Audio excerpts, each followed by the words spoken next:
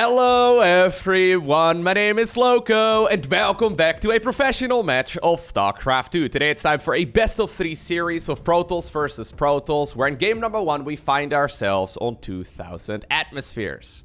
Spawning here in the bottom left-hand corner of the map, playing with the red Protoss probes from Germany, we have ShoWTimE. His opponent in the opposite corner with the blue Protoss probes from Denmark, we're looking at MaxPax's main Nexus. Alrighty, I think this should be a really interesting best of 3 series of Protoss versus Protoss. Because here's the thing. In a way, this is like new school going up against old school. This is like boomer facing off against zoomer, although that might be a little bit extreme. This is dinosaur facing off. Okay, no, that's definitely a couple of steps too far. What I'm trying to get at is that ShoWTimE is a household name in the StarCraft community, right? This man has been playing the game professionally for like a decade. He's been playing the game since Wings of Liberty. And if you're familiar with StarCraft 2, you are familiar with ShoWTimE, right? I mean, if you've watched the game at any point, you probably have come across him during tournaments because he's always doing well. And while, I mean, he's not quite at the level of maybe some of like, you know, the top tier tournament winners, he's always been, you know, very, very good at the game. Now, if you compare that to the way that MaxPax has come up, right? So MaxPax, let it sink in for a little bit, okay? MaxPax was literally 5 years old when Wings of Liberty came out. I know that gave at least a couple of you just an existential crisis for at least 3 seconds, okay? This man was 5 years old when StarCraft 2 came out. And I don't know exactly when he, like, started participating at the pro level, but if I were to make a guess, probably 2019 or so. So he became well known for a Protoss versus Terran build that he came up with, known as the MaxPax build, right? Where he basically plants a gateway on the other side of the map, and it's very annoying for the Terran player to have to deal with. He was always playing very cheesy, but recently I've been watching him play a lot of macro as well, and he's been getting very, very good. So, as we'll be making this video on Aligelek, which is a statistics website for StarCraft 2, when it comes to non-Korean Protoss players, ShoWTimE is the highest ranked one, and MaxPax is second. Third would be Neep, fourth would be Estrella, then Mana, Harstem, Gung Fu Banda, and a whole lot of others as well. What I'm trying to get at is that both of these guys are really good. They've come up in very different time periods of StarCraft 2, plus they play very different play styles. MaxPax, generally speaking, a lot more cheesy than ShoWTimE, although that's not very difficult. He always plays very, very, very defensively, right? It's kind of his bread and butter. Anyways, so what do we have here? MaxPax blocking his opponent's expansion. ShoWTimE also blocking MaxPax's. We're seeing a Stargate inside of the main base right now of MaxPax. MaxPax going for the low ground wall off. 2 Adepts are moving across the map. 2 Sentries here as a follow-up, and since ShoWTimE's natural expansion got blocked, he has decided to now plant down a Nexus over at the 3rd base instead. This was scouted by MaxPax. Ooh, nice force field actually right there by the German Protoss player. It's going to force the recall on the Adept. Shield battery there to complete the wall off temporarily so the Adept could not sneak in. At this point, ShoWTimE knows that there's definitely a tech structure out, because he knows that the expansion was delayed for a long time. There's no way that MaxPax is not going to be spending his money. Even though he doesn't know exactly what's going on, he should probably find out as these Adepts get enough energy for hallucinations. This first one here has enough energy right now. I mean, normally you send out, yeah, there you go, the hallucination right away, just to figure out exactly what is happening on the opponent's side of the map. So this is already a little bit crazy, though. MaxPax is sending a bunch of units across. Void Ray now also flying through the center of the map.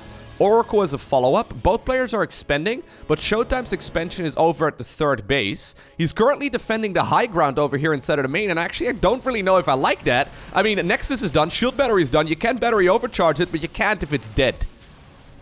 Yep, okay. Not a particularly great start right now for ShoWTimE. Let's look what the macro, or the micro rather, looks like, though. Prismatic alignment incredibly powerful here. One of the Stalkers already floats towards the surface of 2000 atmospheres. Another Stalker also gets picked off. Good control so far by Max. That Oracle, man. I feel like that Oracle can start dealing so much damage, right? There's a lot of vulnerable workers over here and not a lot of anti-air available, yeah, for ShoWTimE. Oh, here we go. Since the shield battery is gone, this is a really nice start right now. For the Danish. Ooh, for the Danish Protoss player, although he does lose the Void Ray.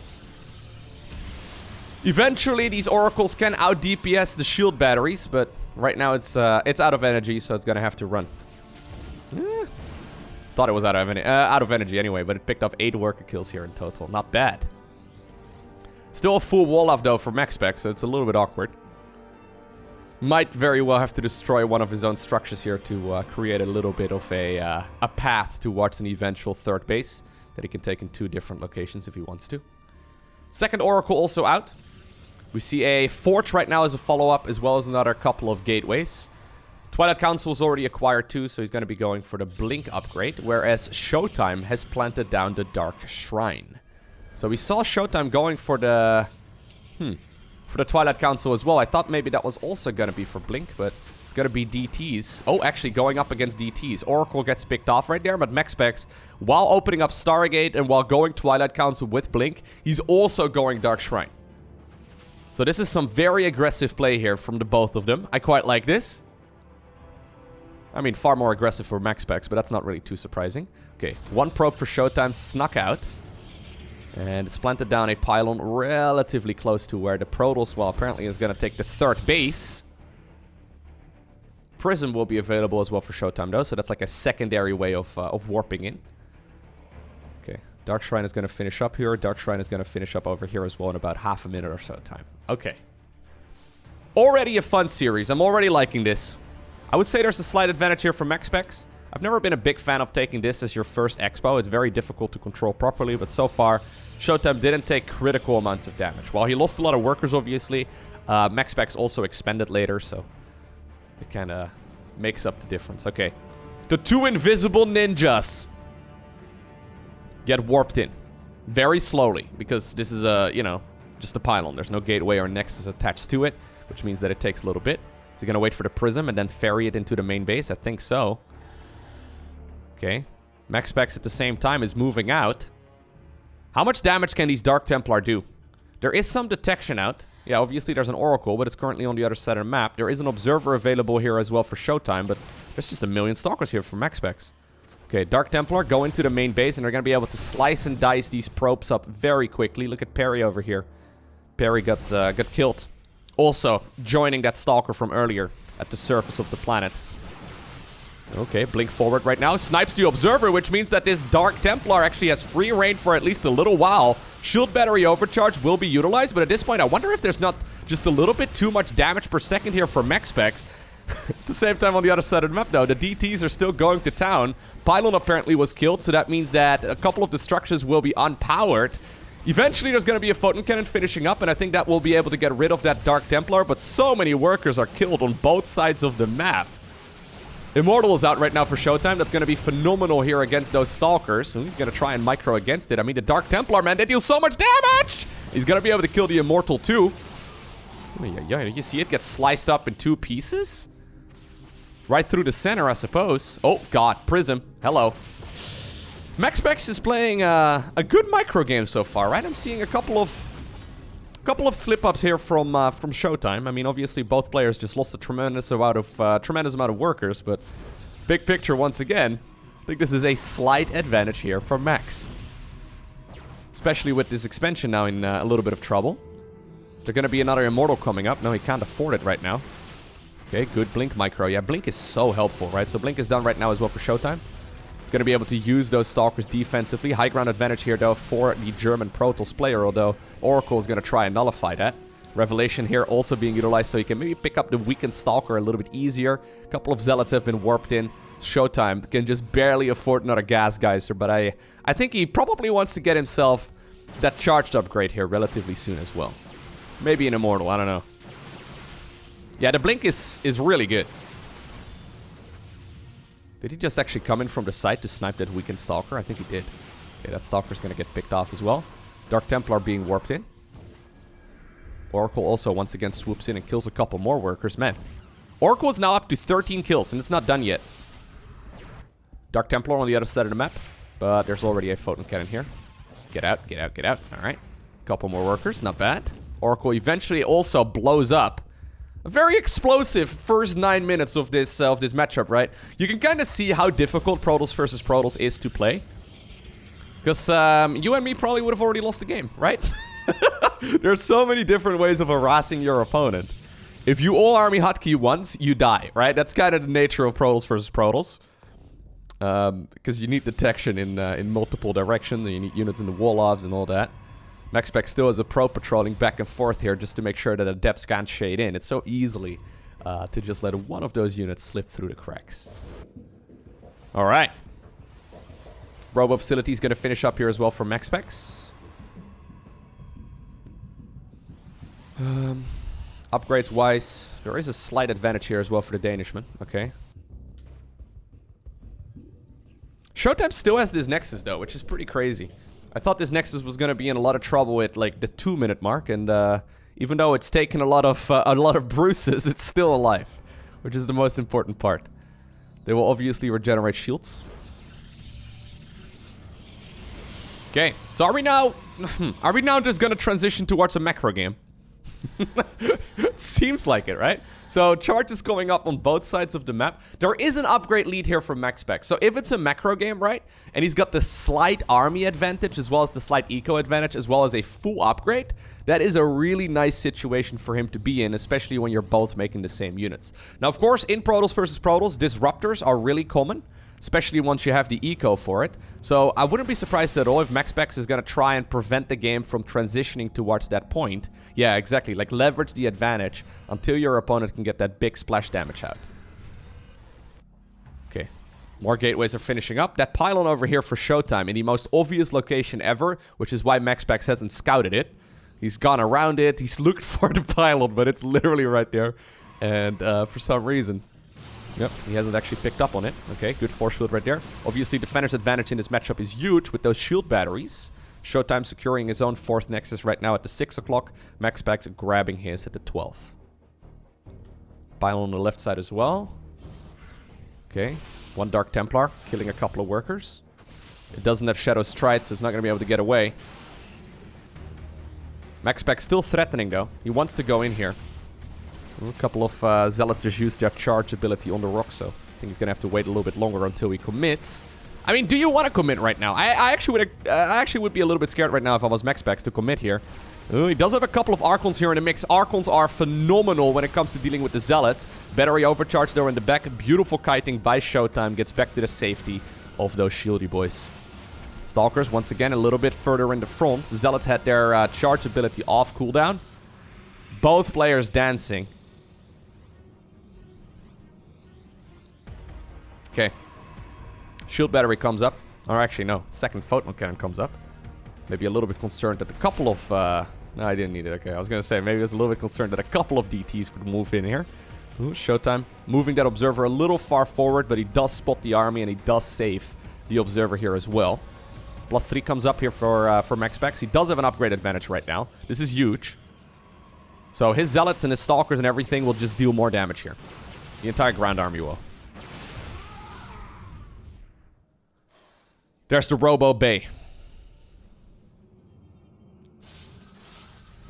Ooh, is he gonna set up a flank? Seems to me that he wants to. A couple of Stalkers are charging forward over there. There's a lot of Archons in this mix, though. So Archons deal splash damage, right? And they basically are phenomenal against Zealots from the opponent. This is way more army here for Max. He's losing a couple of Stalkers up north, but he's definitely winning this main battle over here. Stalkers blink away. Archon moves forward right there to pop the force fields. ShoWTimE desperately trying to hold on. Microing back once again to the shield battery. He does sandwich part of this army, since obviously he had the units coming in from the top. A couple of the units, though, have run on over towards the main base as well. Production is in a lot of trouble right now. Stalkers, or sorry, Zealots and Dark Templar here are going to town against whatever they can. Robo Facility gets sniped. Massive warp-in over at this, I guess, first expansion of the Red Protoss player. Archons are still alive. Chaotic battle. A couple of the units will get recalled back into the fight. Very nicely done. Those shield batteries have been absolutely phenomenal, making this fight a lot more manageable here for ShoWTimE than it otherwise would have been. MaxPax trying to force his opponent's attention in loads of different positions, and eventually, apparently, ShoWTimE has had enough. He decides to tap out. Now, maybe this was a bit of an early GG right here from ShoWTimE. He does still have a Prism. He does still have 2 Observers as well. He does still have a healthy amount of gateways. I wouldn't have minded seeing him go for like one final push, because he's behind in tech, he's behind in upgrades, he's behind in army, he's behind in ecos, he's behind in lots of ways. His opponent already got disruptors coming, right? So it would be very difficult to win. Yeah, You can't really blame the man. But I wouldn't have minded seeing just like a very large Stalker warp in and just try to micro your butt off to see if you can still win. Anyways, that means we're going to game number 2. Alright, and apparently that game number 2 takes place on Jagannatha. Now definitely keep MaxPax in mind, right? So he's been steadily climbing through the ranks, displaying some impressive StarCraft 2. Some people called him a cheeser when he first came up, and I guess that's fair, but these days he's showcasing some really good macro, just ever so slightly out-macroing ShoWTimE there in that very first game. Better micro, better macro. I mean, eventually it was MaxPax who obtained the victory against the highest-ranked non-Korean Protoss player on the planet. That's pretty exciting. He's sending out 2 probes. Okay, I think I know what this is. Is it gonna be a Forge? It is gonna be a Forge. MaxPax. Apparently he's had enough of this best of 3. He's like, you know what? Get out of my game. I'm gonna go for a cannon rush here in the second game. ShoWTimE is gonna see a probe right there, but he doesn't know that that is the second worker. MaxPax moves up to the ramp. Okay, completes the wall. Yep, okay. He completes the wall right now for the German player, and this is actually a bit of a disaster. ShoWTimE planting down his gateways in such a way that he can wall himself off eventually, but MaxPax is finishing that job early.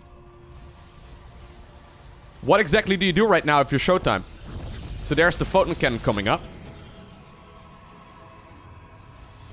There's a second photon cannon coming up. He needs to kill that one. Okay, good cancel as well by MaxPax. Cybercore eventually. Ooh, he needs it. Do you not go for a Zealot here? I feel like you do have to go for a Zealot if you're ShoWTimE, right? Am I crazy? So there's a couple more pylons here happening as well. Double photon cannon. I guess he needs to finish up one photon cannon on the high ground. Now that the one on the low ground is done for, though, I think it's going to be much easier to indeed finish off. Why did he not... I guess he's really trying to see if he can snipe the probes, which I guess is one way of defending. Eventually, once the Stalker is out, that becomes much easier. Already, another probe has been sent across the map as well, just in case these over here die. But I think that very first... Wait, he goes... Huh? Yeah, that makes very little sense. So, he finishes up the Cybercore, and then he starts up the... I don't think the Zealot is going to finish up here. Maybe a bit of a brain fart here for ShoWTimE. GG is cold, and that means that MaxPax obtains the victory. I hope you enjoyed watching today's video. If you did, hit that like button down below. If you want to see more, hit the subscribe button. But for now, thanks for watching. Have an awesome day. Don't forget to smile. And I'll see you once again in the next one.